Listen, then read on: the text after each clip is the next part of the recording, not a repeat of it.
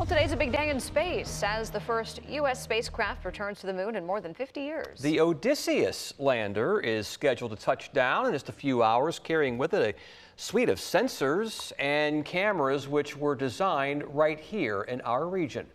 Let's bring in our team of space geeks and meteorologists for more on this mission. We're going to start with Ricky Matthews. Hey, Rick. We wear that with a badge of honor. Tom and Linda, this mission is important because it helps pave the way for future exploration by humans to the lunar surface. As the lunar lander is descending, a camera on board will be constantly taking images. Nicknamed SCALPs, the camera system was designed by scientists at NASA Langley, and it uses 4 cameras to take images from the start of the descent to engine shutdown so we can better understand how the lunar surface is moved by the plume of the lander's rocket.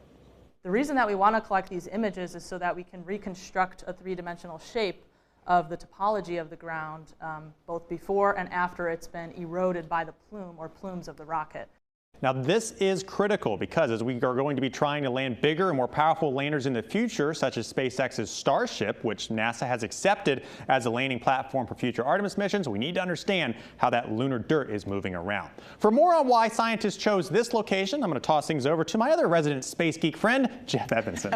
Thanks, Ricky. That's the thing. The challenging part of this landing is where it's landing on the surface of the moon. Now, when we think of the moon once again, where we've landed our Apollo missions in the past, that's on the side of the moon where it's relatively flat. It's easy for them to land. They can find landing spots all over the place. But when we go to the South Pole, things change and things get dark too. There's a lot more craters around there. The topography is much more rough. So this is the landing site, or similar to it, a very deep crater. And in parts of the South Pole of the moon, there's areas in those craters, in those shadows, that have never seen daylight from the sun, or at least in millions of years. So there may be ice in some of those locations. So we're looking to that. The landing will happen here in just a little bit at 6:24 p.m. That's the targeted landing right now. They haven't done their landing burn yet to get it out of orbit, but that's a schedule right now. We'll let you know if that changes.